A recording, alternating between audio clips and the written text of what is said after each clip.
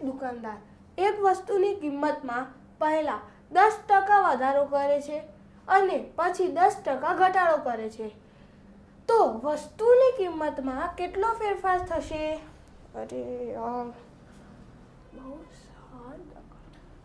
શું કરે છે બેટા? સર, આ દાખલો સમજમાં નથી આવતો. ગુજરાત સરકારની સ્પર્ધાત્મક પરીક્ષાઓમાં પૂછાતો હોય તે પ્રકારનો દાખલો છે બેટા. સારું, તારી જગ્યાએ બેસ, હું તને સમજાવું છું, બરાબર ધ્યાન રાખ. જો વિદ્યાર્થી મિત્રો, બોર્ડ ઉપર રહેલો દાખલો પહેલી નજરે જોતા ટકાવારીનો હોય તેવો લાગી રહ્યો છે. આ પ્રકારના જ દાખલા ગુજરાત સરકારની સ્પર્ધાત્મક પરીક્ષાઓમાં પૂછાતા હોય છે. રકમ શું કહે છે કે એક દુકાનદાર વસ્તુની કિંમતમાં પહેલાં 10%નો વધારો કરે છે, પછી 10%નો ઘટાડો કરે છે, તો વસ્તુની કિંમતમાં શું ફેરફાર થયો હશે?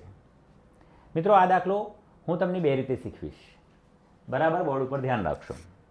અહીં બોર્ડ ઉપર રહેલો દાખલો એમ કહે છે કે ભાઈ કોઈ વસ્તુ છે, એ વસ્તુની કિંમતમાં પહેલાં 10% વધે છે. અહીં આપણે વસ્તુની મૂળ કિંમત કેટલી છે આપણને ખબર નથી, તો પહેલાં આપણે વસ્તુની મૂળ કિંમત ધારી લઈએ. ધારો કે વસ્તુની મૂળ કિંમત 100 રૂપિયા છે. સમજો, ધારો કે વસ્તુની મૂળ કિંમત કેટલા રૂપિયા છે? 100 રૂપિયા છે. તો આપણે 100 રૂપિયા લખીએ. પહેલાં 100 રૂપિયા હતી. આ 100 રૂપિયાની મૂળ કિંમતમાં દુકાનદાર 10%નો વધારો કરે છે, તો આપણે વધારો લખીશું. 10%નો વધારો કરે છે, તો આપણે વધારો લખીએ, બરાબર? હવે 10%નો વધારો કર્યો એટલે 100 રૂપિયામાંથી એની કિંમત થઈ ગઈ 110 રૂપિયા, કારણ કે 100ના 10% કેટલા થશે? 10 રૂપિયા, તો 110 રૂપિયા. હવે દુકાનદાર શું કરે છે? એ જ વસ્તુની કિંમતમાં 10% ઘટાડો કરે છે. આપણે માઇનસ લખીશું ઘટાડા માટે, તો 10% શું કરે છે? ઘટાડો કરે છે. તો હવે 110ના 10%, તો 110ના 10% 11 રૂપિયા થાય. તો વસ્તુની કિંમત કેટલી થઈ જવાની? 110 ઓછા 11, એટલે વસ્તુની કિંમત થઈ જવાની 99. વસ્તુની કિંમત કેટલી થઈ ગઈ? 99. હવે તમે બરાબર ધ્યાનથી જુઓ, પહેલાં મૂળ કિંમત કેટલી હતી? 100 રૂપિયા. હવે કેટલી થઈ ગઈ? 100માંથી 99.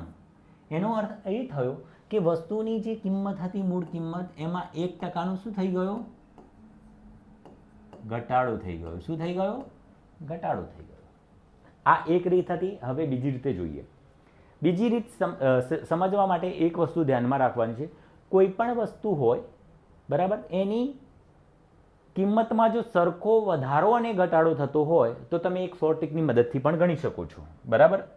કિંમતમાં સરખો વધારો ઘટાડો થતો હોય ત્યારે તમે આવી રીતે પણ દાખલો ગણી શકો છો. x² ભાગ્યા 100, જ્યાં x બરાબર ટકાવારી લેવાની છે, ટકાવારીમાં આપેલી સંખ્યા લેવાની છે, ટકાવારીમાં આપેલી સંખ્યા.